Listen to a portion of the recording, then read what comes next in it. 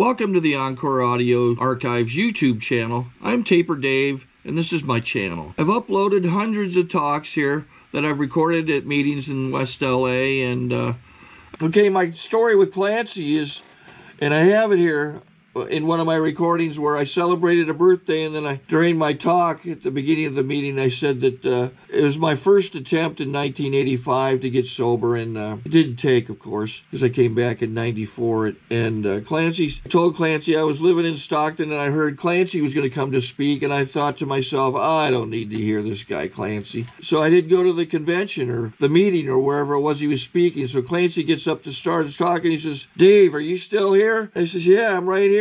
He says, you know, we held that meeting up for 15 minutes waiting for you. So there's my Clancy story. Take care and have a good day if you want to. I know I will.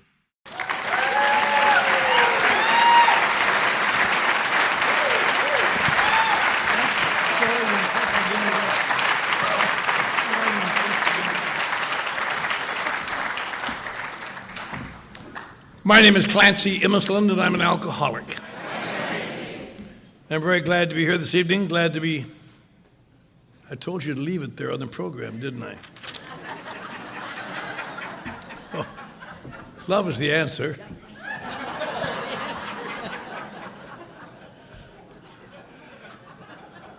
But Polly's afraid of it, and I'm not. That's the difference. Anyway,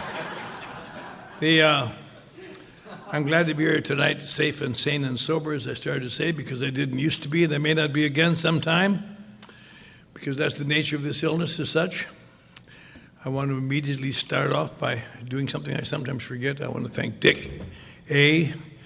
and the committee for inviting me to come down here. It's always a pleasure to come to lovely Lanier Islands. I want to thank my AA, I guess you call them pigeons here. We call them babies in California. My pigeon George and his friend Leo, who came to the airport from Augusta and got there at just the right time. So when I walked out of the door, they came wheeling up in their car and whipped me away. And we had a very pleasant ride over. And I want to express my appreciation to be here. The reason I wanted the program here is because, you know, if you're kind of new, you probably don't know this, but you'll come to know that really there's an outstanding assemblage of speakers here. All of them are very famous throughout the country and the world in many cases, and I've known them all for years, and you are very fortunate. You will have a grand weekend this weekend listening to these people, talking about the steps because they know about the steps.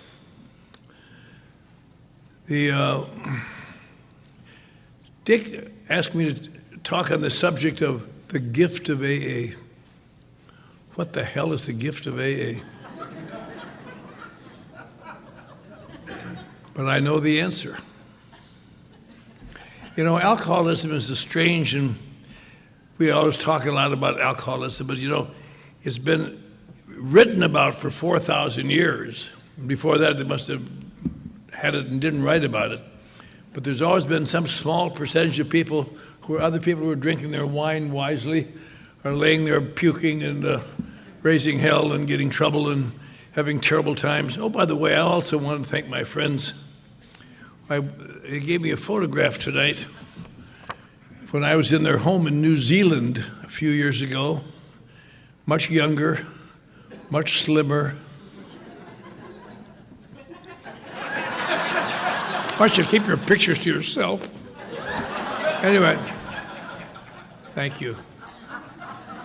And there's never been any great people have been working on how to help these people. They've started by imprisoning them and beating them and exiling them. England used to send alcoholics to or Georgia, as a matter of fact. That's why you never had any championships down here for so long. You just don't blame me. I didn't do it. If you can't stand the truth, you're just like me. But you know, and they exiled. And then when Georgia kind of closed up, they sent them to Australia. And everybody's always had some terrible reason to get rid of alcoholics because they're of no worth to anybody. And in the United States, over the last 150 years, there's been many, many things tried. There was one outstanding example in 1840, the only time it ever happened successfully in America.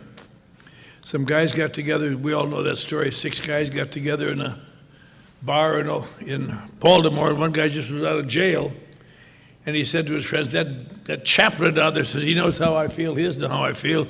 You guys are the only guys who know how I feel. But you're all drunks too. We're all going to die drunk. Maybe we could help each other stay sober. Well, that'd be a funny. So they decided we're going to help each other stay sober. When one of us wants to drink, we'll come and see the other 5 or whatever it might be. And they wrote a little constitution. They elected officers, 5 of the officers and 1 member.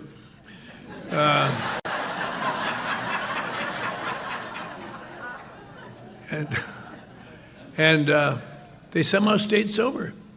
They couldn't believe it. Nobody could understand why. And some guys came down from Philadelphia and watched them do this. And they went back and got some drunks. And they stayed sober. It's people from Washington and met a big group in Boston, group in New York. At the end of a year, they had several hundred sober people. Never had been several hundred sober people of our type in America at one time ever. And the next year, at that time, there was no entertainment. What public entertainment was consisted usually of traveling speakers who would get together and they'd bring crowds and speak, or they'd have a show, or they'd some music or something. But they got a couple of these speakers involved, and they were drunks, and pretty soon they were out talking it up a lot, this Washingtonian movement. And at the end of a second year, they were doing so well that they took notice of the fact that a lot of people thought they were kooky. That's what people thought the early days, that A was a bunch of goofs, just a place where old drunks went and never came back. And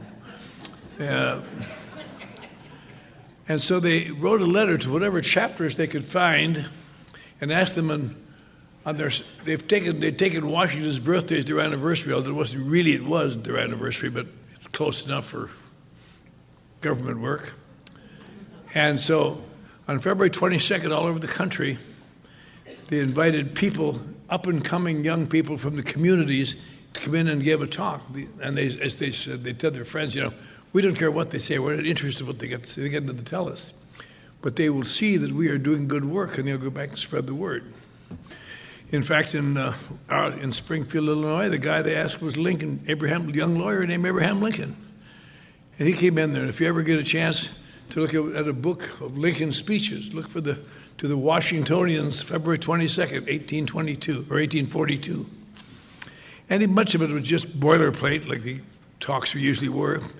But along the way, he mentioned, you men, I know you men, and I've worked with you, and I understand what you're doing.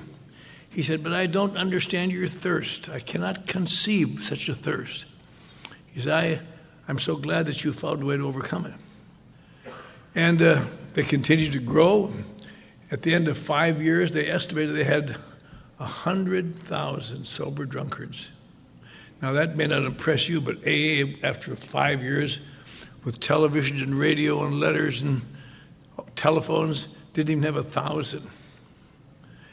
And what they did then, they realized that they were doing good works, but they were penalizing themselves. They should be helping people with a lot of other illnesses than just drunkenness.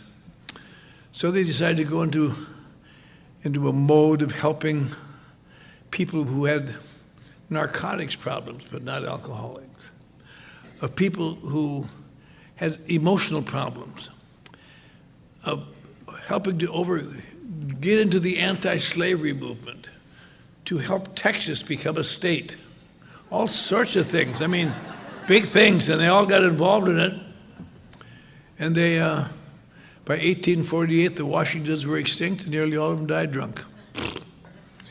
And so much so that 100 years later, Bill Wilson had never even heard of him. But they continued to try therapies and hospitals and jail, all sorts of things. No one took any lessons from that Washingtonian movement that they'd had the gift of sobriety and didn't know it. And when I was born, now I'm old, but I'm not 4,000 years old, although I feel like it some days. But when I was born, there was still no answer for the drinking problems. And I had an uncle that had a drinking problem, and then nobody knew what to do with him. They loved him, but he worked on the railroad and was always getting suspended because trains were running funny, and they had no answer to him. But in 1935, we all know that story, or 1930 rather, this family in New York, very wealthy family, had a son who seemed to be troubled by fits of nerves. And when he got nervous enough, he got drunk. And he'd get drunk again and again, and they didn't know what to do with him. So they decided to find the best psychiatrist in the world and help him. So they contacted Dr. Freud, and Dr. Freud refused to take the case. The first break we ever got. We'd all be sitting here tonight and say, well, I'm drunk, but I dreamt I was sober.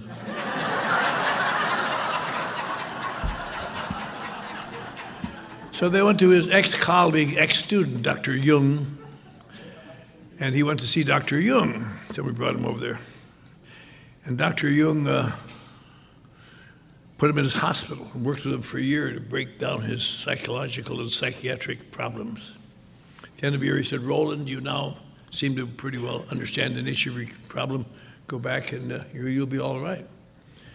And on the way back, he stopped in Paris with some wealthy friends of his parents, and they toasted him with a glass of wine. Here's to you, Roland. He said, okay. And 3 days later, he was drunk on the street. They took him back to Dr. Jung. Dr. Jung refused to take him back.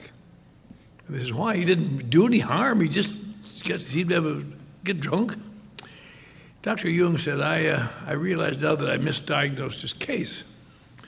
I thought he had deep psychiatric problems, which I could help him with, and I did. But I see now he is what is known as a chronic alcoholic. And to the best of my knowledge, there is no treatment for that condition today in the world at any cost. That was 1931, not all that many years ago. And Roland was taking it back. He said, what does this mean, doctor? He says, what it means, Roland, is that you must keep yourself confined voluntarily or involuntarily as long as you live. Otherwise, you almost certainly will intermittently drink till you go die or go mad. Well, that's kind of bad news. And he says, is there any alternative at all? He said, well, in studying the literature that I have over the years, there have been cases where there's been some involuntary psychological change. They call it some sort of a spiritual experience. He said, but they're terribly, terribly rare. I've never seen one or know of anyone who's ever seen one. He said, I believe you have a better chance of being hit by lightning than finding such an involuntary spiritual experience. So Roland went home this time. And he didn't stop in Paris. And on that ship on the way home, I guess he did something that all of us have to do somewhere along the line if we're going to stay here. He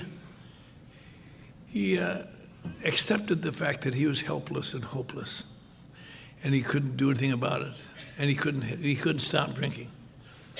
And he got back, and he felt so bad his parents had such high hopes for him. And by an odd coincidence, there was a new spiritual movement afoot in the United States. It had only been going a couple of years. Just everything had to happen just right. And that's there was a minister in Pennsylvania in 1908 who had the feeling that Christians were getting too loose, too lax. I mean, they used to be willing to be crucified. Now they won't even go to church if it's raining. I mean, we got to get going. So, he formed a organization called the First Century Christian Association. And when you went there, you dedicated yourself. And he didn't get a lot of turnout,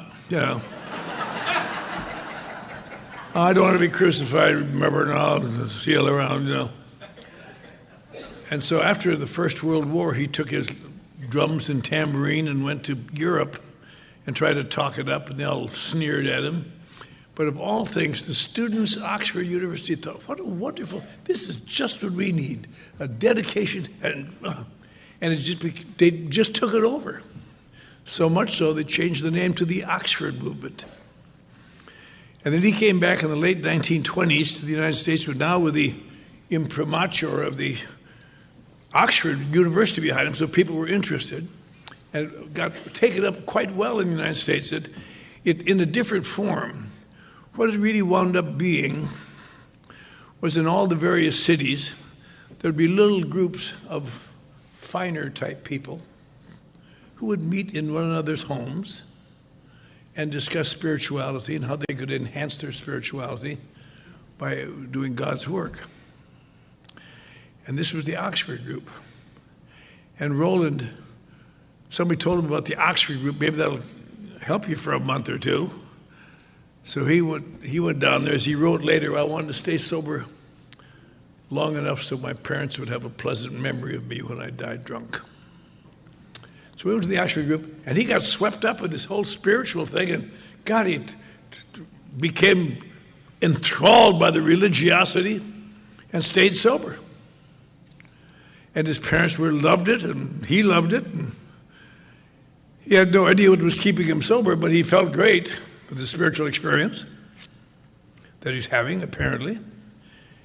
And his parents were so pleased with the way he was doing that they made him president of the company. Roland, you're doing so well. Here you are, 36 years old now. You're clean and sober. You don't drink. You don't do anything. You're a wonderful son. And so they turned the company over to him, and he did very well. And after about 3 years, they said, Roland, you've worked so hard. You've earned so much. Why don't you take a little vacation? Go up to Vermont, where we used to take you when you were a little boy, and see some of the places we used to visit. And he said, okay. So he just took a couple of weeks arbitrarily. And the interesting thing about that, if he had waited 2 more weeks, we would not be here. If he had gone 2 weeks earlier, we would not be here. Isn't that funny? Because when he got there, relaxing, some guy came in and said, hey, remember when we were kids all playing together? One of the kids, Ebby, he's turned into a terrible drunk. And maybe you could talk to him. I understand you quit drinking. He said, yeah, I'll talk to him. So they brought him over. He said, well, Ebby, in the Oxford group, we've come to understand you have to find a power greater than yourself. He said, I don't want to hear that religious crap, Roland. Come on. And that was the end of that. But then a couple of days later, the same young man came back and said, God, I hate to ask you again, but would you come to court with me? Ebby got drunk, ran his car into a house, and he's been on strict probation, and now they're going to put him in the penitentiary. And the judge is my father, and he won't listen to me, but he'll listen to you because he knows your folks.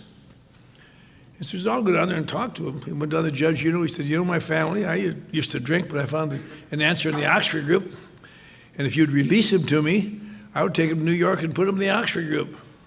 The judge says, only because it's you, Roland. I would do this for no one else. But I know your father, I know your mother, I know your history. You take him to New York. If he ever comes back to Vermont, he's going to the penitentiary. But take him away. So because Roland happened to be in town that day, he took him back down in New York, put him in the Oxford group. That didn't really thrill Ebby. He didn't have any spiritual calling or anything. They put him in a Skid Row type mission down on Broadway, Lower Broadway. But all of a sudden, he got caught up in it too for a while. He said, hey, this is all right. I'm feeling pretty good. I'm somebody. And after about 6 months, Roland came by one day and said, Ebby, it's time for you to testify. He said, what do you mean, testify? He says, we in the Oxford group, when we have turned a corner and found a new life, we find someone and tell them about it. We testify. Roland says, I don't want to testify. He said, you want to go back to Vermont? No, I believe I'll testify. So he thought, who could I testify to?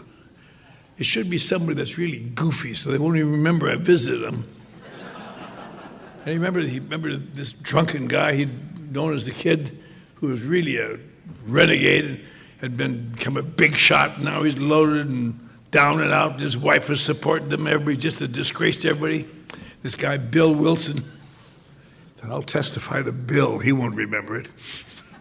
So we got a hold of Bill in Brooklyn, made arrangements to go over and see him. We know that in our book, we have Bill's version of it. He went to the door, and Ebby was there all cleaned up, looking sharp. And he said, "Gee, Ebby, you look good. What's up?" And Ebby said, "I've got religion." That ended the conversation for Bill. Oh. I heard Ebby talk at the 1960 International Convention, and he had a little more to add to the story. They sat down together in the kitchen, and every time he'd try to tell Bill about the Oxford group, Bill would just drink faster. "That's really great, Ebby. I bet you're doing a good job." And this hurt Ebby's feelings. He'd come all the way to Brooklyn to do something he didn't want to do, and this guy was making him upset. So here's something our book did not mention. He came back 3 days later, and he had the Oxford group closer with him. "Want to talk to you, Mr. Wilson, about a little bit about the Oxford group." And Bill, not to be outdone in spirituality, got drunker than ever. "That's really good. Get the hell out of here." And that was the end of that experiment.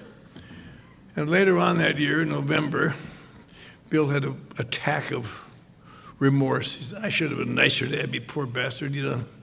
He was doing what he thought was right.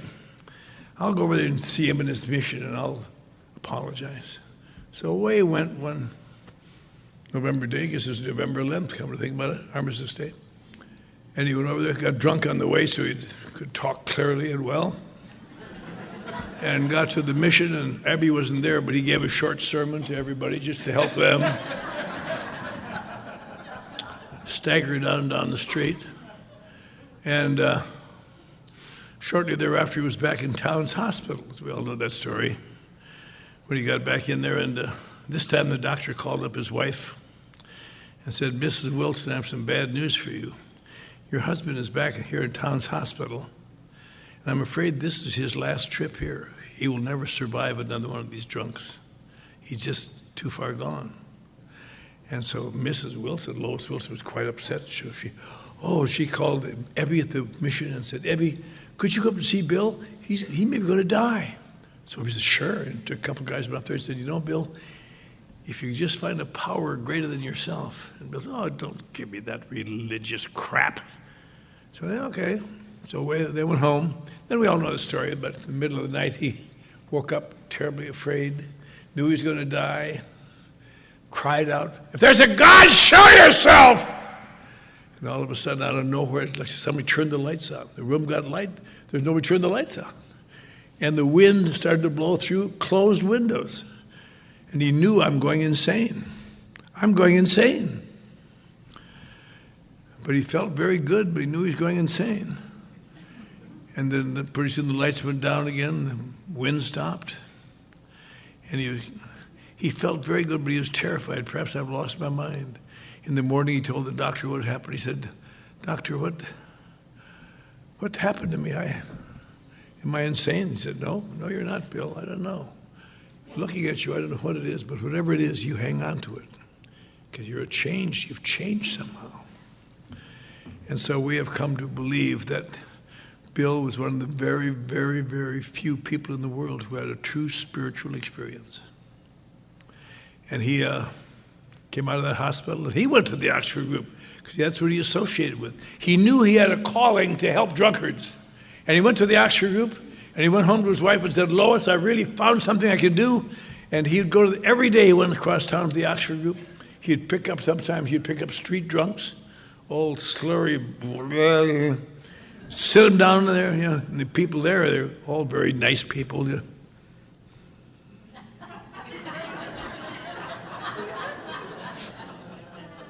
"I believe you're vomiting on my shoes, sir."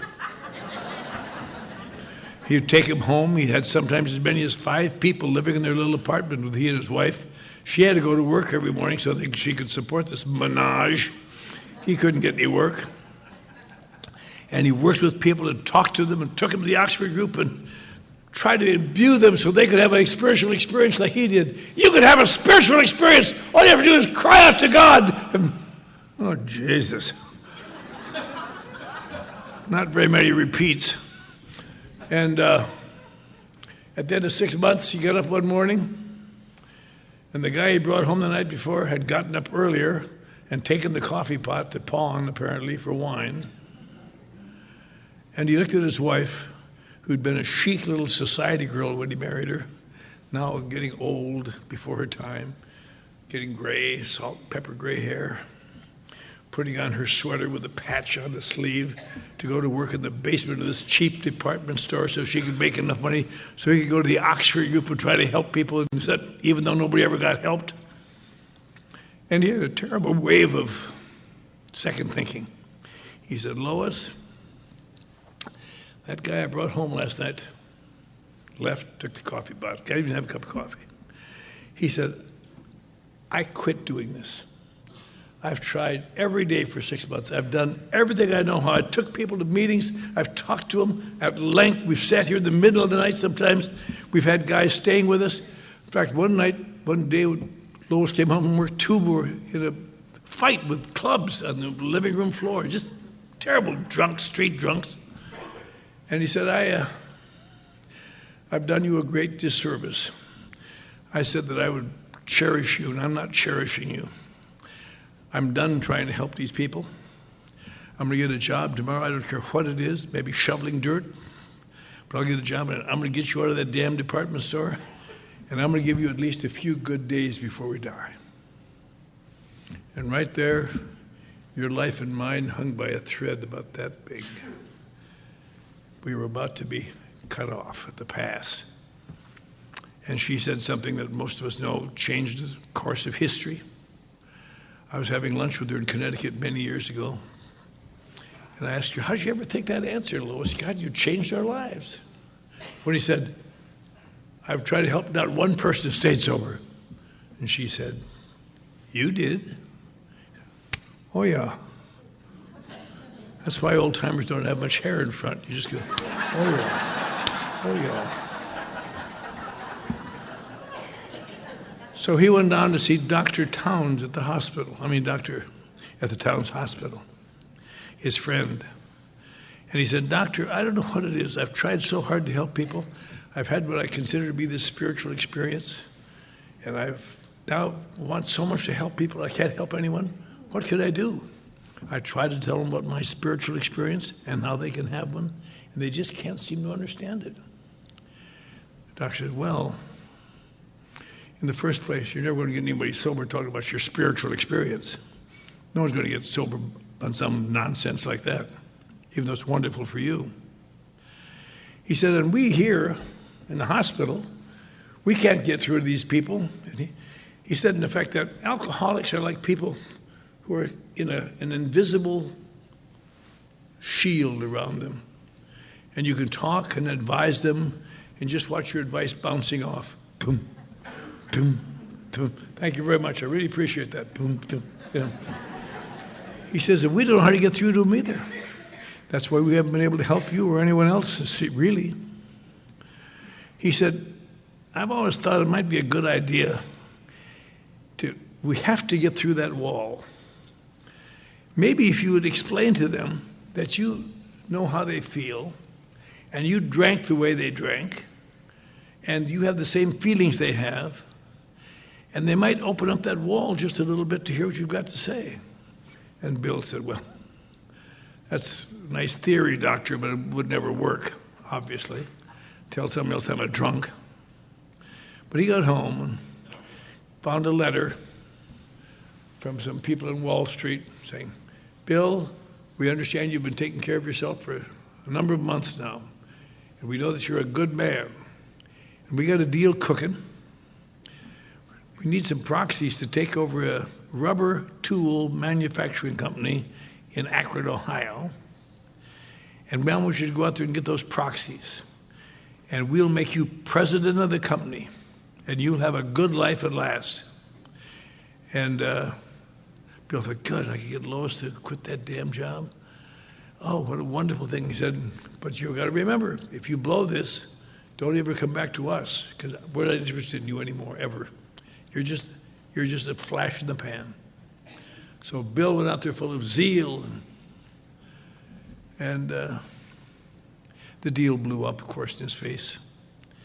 And on a hot May morning, he stood in a hotel lobby, Mayflower Hotel, Akron, and he reached in his pocket. He had a $10 bill. He could either pay for his hotel bill or he could buy a train ticket home. He didn't know which. And then he had a splendid idea. And think about this. He thought for a minute and thought, if I just had a couple drinks, I could think of an answer.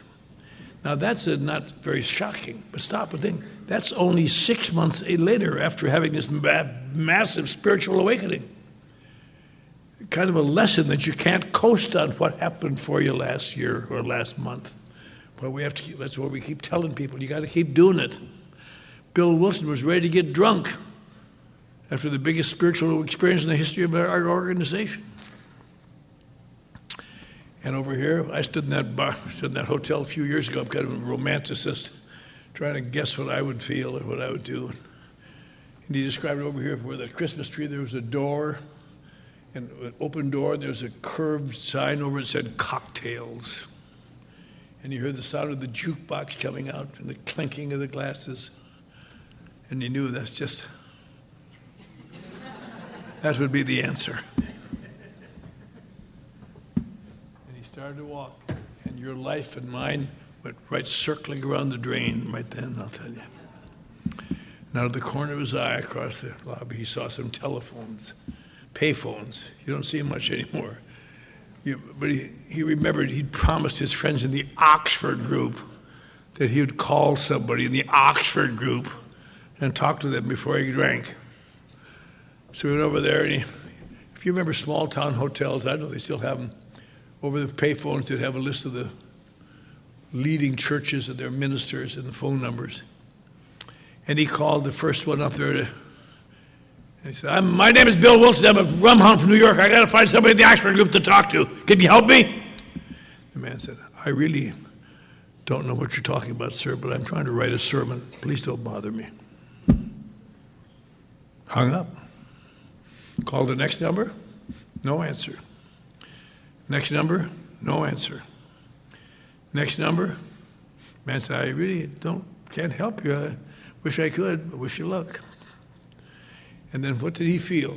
That what you would feel and I would feel. Well, I did what I said I would. Oh God, that scares me. Stop, Bill!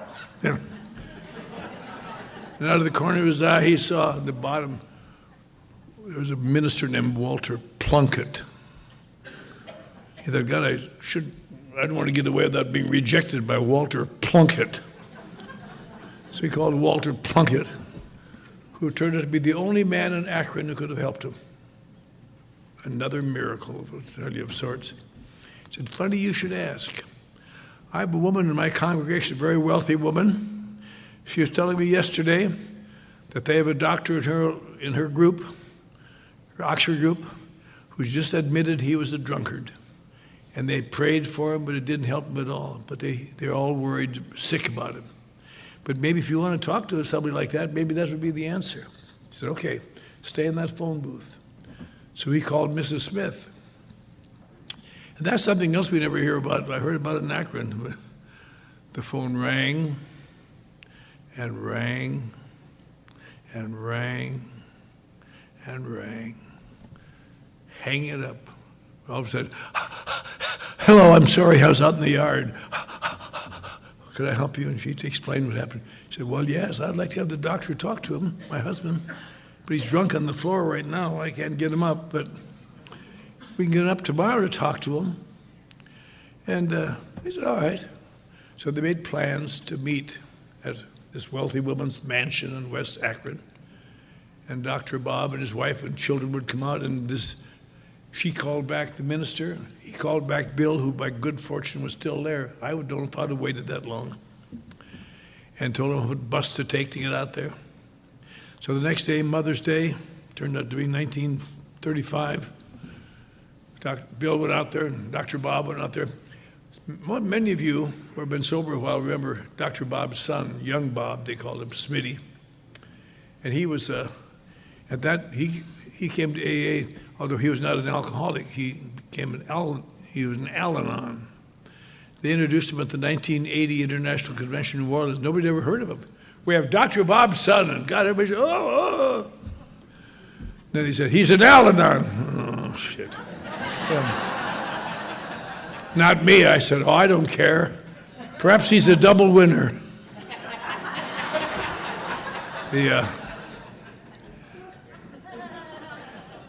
So he used to talk about driving out there that morning. His father was too sick to drive, so he sat in the back seat with his wife, Smitty's mother, and he sat in the front seat with his sister driving out there, and all his dad would say, oh, Ann, I know I've spoiled Mother's Day for you, and I'll give this guy 10 minutes, but I'm not going to listen to any more sermons about my drinking. I'm sick and tired about sermons about my drinking. I won't listen anymore, and I'll just give him 10 minutes because I love you. So they got there, they introduced these guys, and they had a bite to eat, and then these two guys went in the room for their 10 minutes. And we're in there for 4 hours. And people couldn't believe it. They came out, and the old doctor's eyes were shining. He said, Ann, I can't tell you about this, but that's the first man I ever talked to who seems to know how I feel and what a few drinks does for me and how I get when I don't drink. He said, I can't believe it. He said, Bill, it's a miracle. Could you stay with us a couple more weeks and just talk about this? And Bill thought, let's see. I have nowhere to get out of town. Yes, I can. So they sat every day for 2 weeks over coffee, talked about the spirituality of the Oxford group and how the deep, rich spiritual experience. At the end of 2 weeks, the doctor was just brimming with good. He said, Bill, I haven't felt this good in 25 years. I want you to stay home this weekend with my wife and kids. I'm going to New Jersey, the Atlantic City. The National American Medical Association convention is going on. I was there last year, and I was so drunk, and I threw up in one of the meetings. They just laughed at me and ridiculed me. I'm going to go this year and show what I found. And away went. I'll be back Tuesday morning. And they were so excited. Came back. Tuesday morning, the phone rang.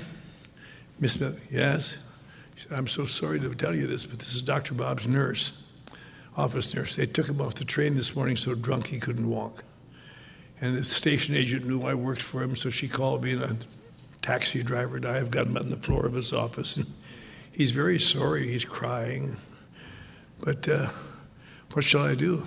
Mrs. Smith said, well, Mr. Wilson and I will come down and get him and bring him home. Thanks for calling. They went down and found this drunken, crying fool on the floor and got him in a car. Oh, well, I'm so sorry. I don't know anything more sickening than a crying drunk. God, they're sickening. I'm so sorry. Now you're sorry, you son of a bitch.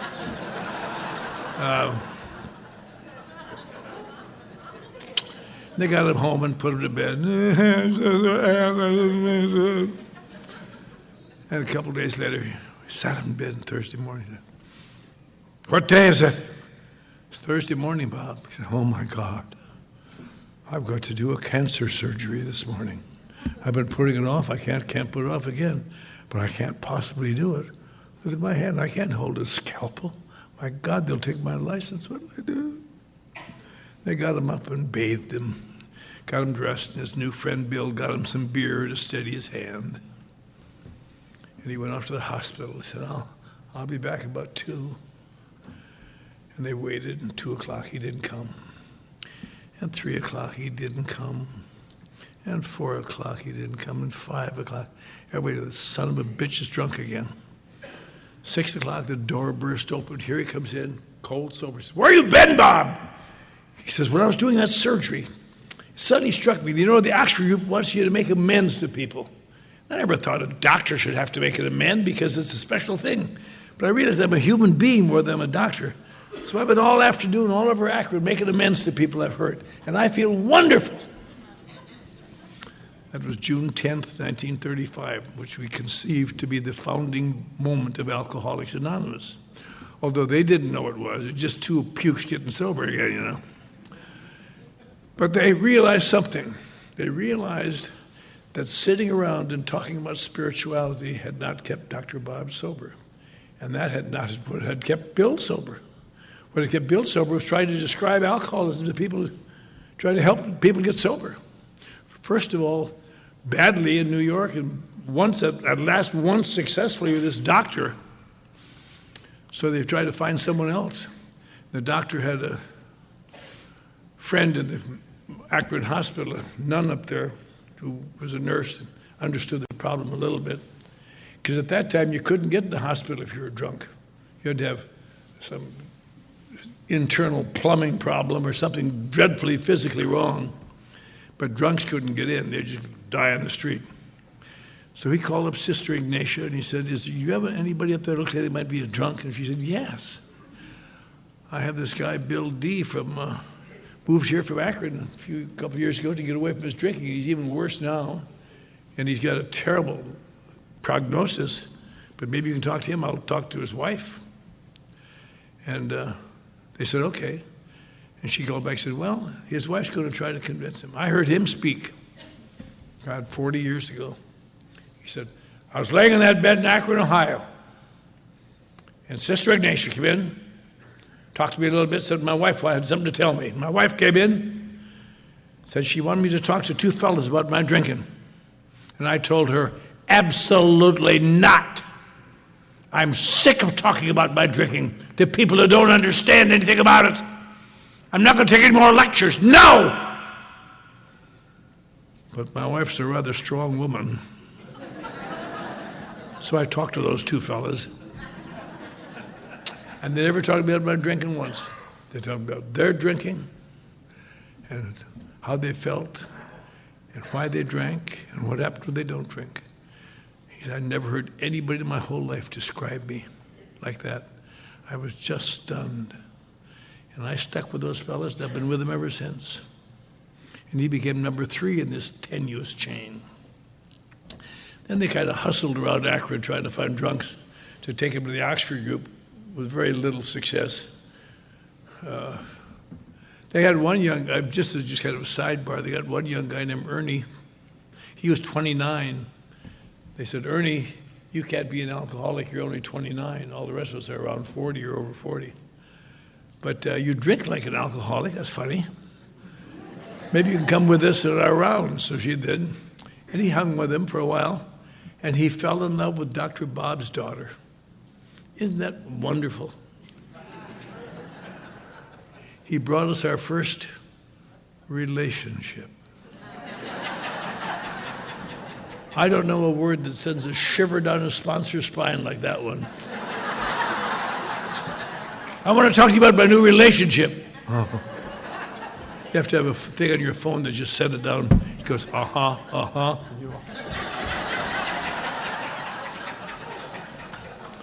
They tell you inspiring things like, oh, I know, Clancy.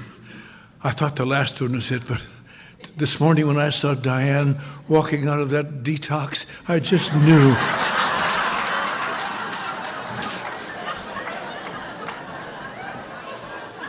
But anyway, he fell in love with Dr. Bob's daughter, and it progressed, and they got married. And that's nice.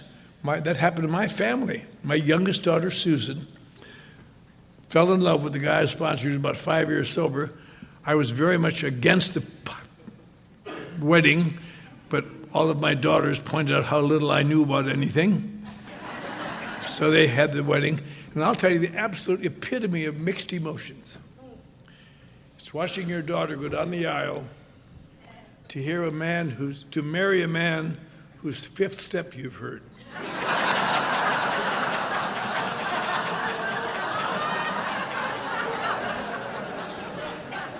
You can't really say anything, but you can give hints. Let me know if he ever brings a sheep home.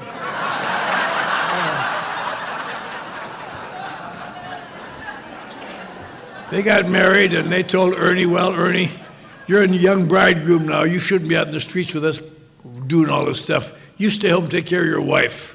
You do that for a while. You just take care of your wife. So he did, got drunk, turned her against AA for 50 years. And some 48 years later, he showed up somewhere 1 year sober.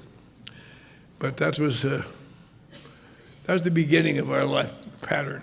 Then, as we all know, the pattern grew a little bit. And Bill went back to New York, got a little group going there, and Dr. Bob had a little group at the King School in Akron, and it continued to function. And now it weathered all sorts of things. Almost went under in the 1940s or 50s, 40s.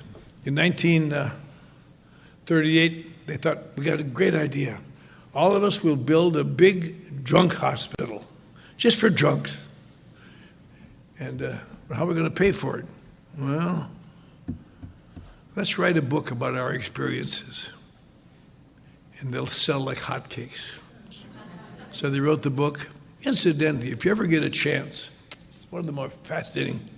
There's a book about this big. What's it called, Bob? The red book that. Huh? What is it? Yeah, the book that started it all. But it takes it page by page and showing the editorial changes that made to change chapter 5 into what it is, chapter 3 into what it is. It's amazing. Because what he wrote was a little too much for acceptance. But they changed it. And they issued the book, and nobody bought any, of course, so we just wind up with a pile of books. So they'd build a hospital. But the one thing that helped them a lot, in 1940, there was a little magazine called Liberty. That didn't help them. They wrote an article about Alcoholics Anonymous that made it sound like a religion. So nobody liked that. Then Saturday Post, at that time, a major magazine, they had a writer who he specialized in uncovering fraudulent and crooked operations. He had just written an award-winning piece on the Philadelphia labor unions. And his next assignment, work your way to this new thing called Alcoholics Anonymous. Let's blow the whistle on them. Okay. So he did. He got talked to all these people, went to St. Louis and Chicago and all. He called his boss and said, I'm sorry, as far as I can tell, these guys are straight. They're doing what they say they're doing. Nobody's making any money. Nobody's in charge. I guess, well, write it anyway. So they wrote March of 1941, as we all know, it appeared in the Saturday Post, and took the nation by storm. The first time that a lot of people knew there was help for alcoholics like us. Nobody had ever heard of help for alcoholics like us except a few little people in Akron, New York. And they were just swamped with letters. God, my father, my uncle, my brother, my husband, my wife, so all of us. So all over the country, in a short time, there were hundreds and hundreds of little AA meetings started. And Bill would send them the book and a little note on how to operate it. And it really was taking the country by storm. In 1943, after about 2 years, Bill started getting letters back. Don't send us any more literature. Our group is dissolved. And we decided not to have a group. And all of a sudden, these letters start coming in more and more. Groups were dying all over. And Bill could imagine why. In 1944, it got to be a flood of letters. By early 1945, Bill looked at the pile and said, we are going extinct. I don't know why, but we're going extinct. And he started the grapevine. I thought that'll help. They'll read each other's stories. The big size that. And that didn't help much. Then in 1945, a doctor in North Carolina sent in an article to the grapevine and said, you ever hear about this stuff, Bill? And what he sent was an article about the Washingtonians that I talked about earlier. Bill had never heard of them. But there had been a group of people, kind of like AA, who kept people sober. The only other time in history. And he got some books from the library and read about it. And he realized that the cause of their extinction was the same kind of things he was hearing in these letters. He thought there's got to be some way to profit from this. So he sat down with the copies of the books of the Washingtonians and the letters, and in a last gasp effort to save Alcoholics Anonymous, he wrote the 12 traditions. Not in the short form we hear them now, but in the long form. And he issued them one by one in the grapevine. And unfortunately, Alcoholics Anonymous has had one problem then and it has it now that we can't solve. It is full of alcoholics. Wait about each traditions! We're here for love, goddammit! You know. So Bill got in his motorcycle and put his wife in the sidecar and went up and down the East Coast, going to meetings. These are trying to help us. Yeah, okay, good, thanks, Bill. And so finally, he and Dr. Bob, who always got along splendidly, their followers hated each other, apparently. In Akron, they said, don't go near New York, they're a bunch of highbinders. People in New York said, don't go to Akron, a bunch of shit kickers, they don't understand anything. But they said to their followers, well, let's have a big meeting somewhere where we can explain the traditions and save AA. And the people in Akron said, we'll go to a meeting, we won't go to New York. And the people in New York, not to be outdone in spirituality, said, we'll go to a meeting, we won't go to Akron. So Bill and Dr. Bob got together. Cleveland. Okay, we'll all go to Cleveland. So in July of 1950, the first large group of alcoholics gathered together since the death of the Washingtonians met in Cleveland. And I have the tapes of that convention. They're very poor quality tapes, but they're very interesting. And they still thought AA was getting not understood. So most of the speakers at that convention were not alcoholics. They were government people, and the warden of San Quentin and the warden of Sing Sing and all the people sort of. But Dr. Bob and Bill and Bill gave a talk on Friday night, which turned out to be the standard for the next, as long as he lived. He'd always talk to Friday night. And Dr. Bob gave a talk. You probably don't want to talk, Dr. Bob, because you're dying of cancer. He said, oh, I've got to talk. I've got 15 years of sobriety. I've got the second longest sobriety in the world. So that day, his son on one side, a friend on the other. This tall, gaunt old man came to the microphone and gave a talk, and just the usual boilerplate. I want to welcome you all to Cleveland. I hope you'll go back and tell the boys and girls in your group what we are doing. We all get out of AA, what we put into it. He says, I look over this crowd. I'm glad that some small thing I did 15 years ago helped bring it about. So I want to apologize for my health. I've been in bed most of the past few months, and my health has returned. It's just nothing. And then for the next 2.5 minutes, he gave what many conceived to be the Gettysburg Address of Alcoholics Anonymous, if there ever was one. He said, but there are 2 or 3 things I would like to call to your attention. And he knew he was dying, and he'd always been a better 12-stepper than Bill. He'd always been a great conveyor of the message, and he knew he was dying in this kind of almost like a deathbed, not confession, but admonition. He said, first, let us remember to keep our programs simple. Let us not louse it all up with Freudian complexes, which may be of interest to the scientific mind, but has nothing to do with our work here. Our work here consists, at the last, of love and service. And we all know what love is, and we all know what service is. And secondly, he said, let us guard that erring member, the tongue, and try to use it with kindness and understanding. And there isn't a person in this room or any room like it in the world who doesn't know exactly what he's talking about. We're all wonderful when things are going our way. Love is the answer, baby. But let somebody hurt our feelings or thwart us. One of the great ironies of AA, I don't know if there's an alcoholic alive who didn't fight the term alcoholic before they finally accepted it. I'm not an alcoholic, really. My case is different. But once you get sober in AA, the worst thing you can say, I don't even think that son of a bitch is alcoholic.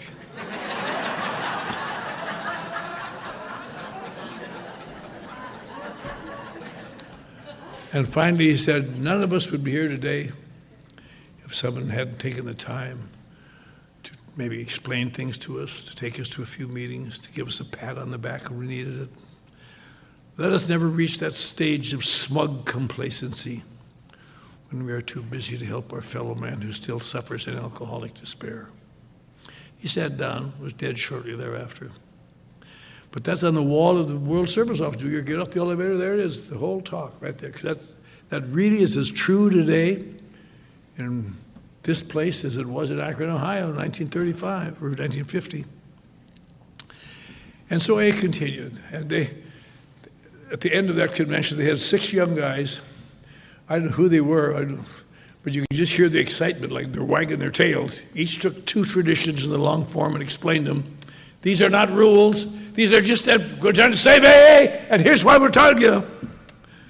And it went, and Bill was not quite sure he had the votes, apparently. Because after these guys gave these talks, he got up and said, well, you've heard the traditions. Saying no objections, they're accepted.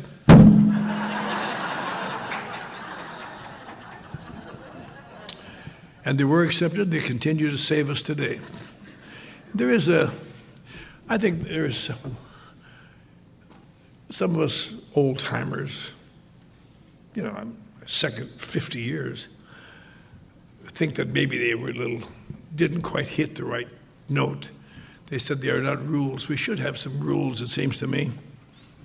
In my home group, I'm known as something that I'm sometimes called a dictator because I tell people what to do, but I'm not really a dictator. Because nobody ever said, I realize you can only be a dictator as long as the dictatee wants you to be. All they have to say is, screw you, and the dictatorship is over, I think it would be nice if we had a tradition that said, or have people who come to your door at night and say, did you say screw you to your sponsor? Come with us to the camp.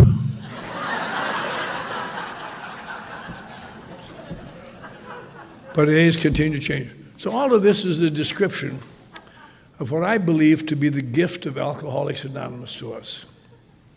The gift of identification.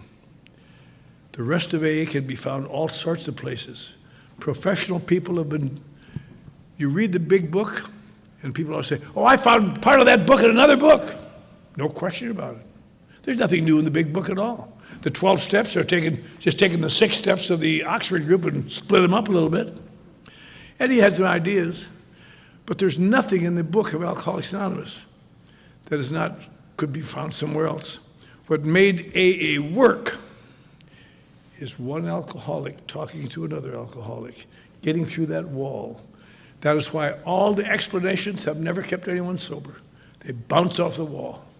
It's happened to me, happened to you. I spent 10 years slipping in and out of AA and then going to professionals trying to find a rational answer for all this crap. Until finally somebody convinced me that he knew how I felt and he had me change my actions. And that's where it begins. Because whatever it is, Alcoholics Anonymous has many facets, has many wonderful things. It's done wonders for me. When I came to the AA club in 1958, the only mention I got from people was keep your newcomers away from that phony puke. They'll get drunk. And none of them would ever guess I'd be the only one that survived, because they're all dead now. And I feel kind of funny, almost be 54 years sober, longer than Bill Wilson ever made, or Chuck Chamberlain, or anybody else. But it means nothing, because it's still the same thing. It's the same thing in my life as it is in your life. And people who don't hear that forget it. I've never known an old-timer to get drunk who did not stop going to meetings first and hearing about that very same thing. And the purpose of Alcoholics Anonymous and its traditions is to remind us again and again to reform our emotions. It's an interesting thing. It seems to be rather well accepted that when the intellect and the strong neurotic emotions are in conflict and they fight, eventually the emotions always win. It's like the intellect takes a walk or something. And so people like me, and I'm sure like some of you, I try to strengthen my intellect. And I read, and I try to understand and learn. And I'm going to hold those damn emotions in place. But you can never learn enough. The emotions always win. And the reason AA works is because I talk to people here that I don't talk to any other place. And that softens the intensity of the emotions. Then my intellect can take over. I can act differently than I feel. That is the purpose of AA. AA, in the last analysis, as I say, is exactly the same as it was for Bill and Dr. Bob. One alcoholic talking to another alcoholic to help him reduce his feelings of being totally different, at least enough, so that he will begin to take actions he does not yet believe in. When that moment comes, that is the ember of AA. You surround yourself with people going the same way. And one day you have a little bit of a flame going on. And one day it's a big flame. People say, how could you stay sober 54 years? I just do the same things I did. My sponsor told me when I was 6 months sober. I try to talk to alcoholics and try to help them understand they're not different. And when you do that, it really makes a difference. Thank you.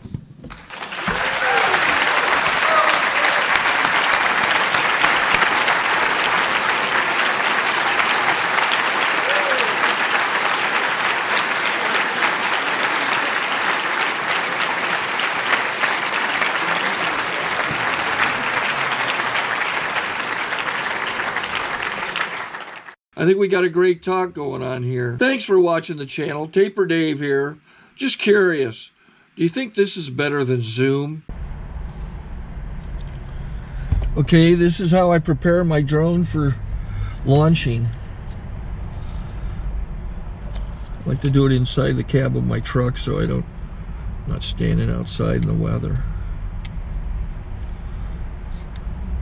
To install the joysticks for control, up and down, right and left, powered on. I have an Android phone that I use to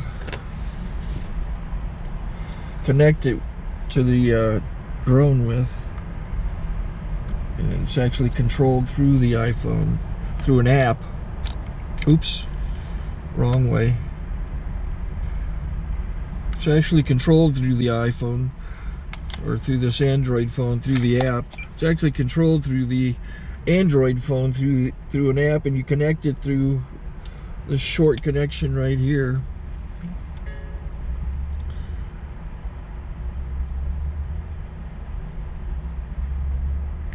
Remote control connected.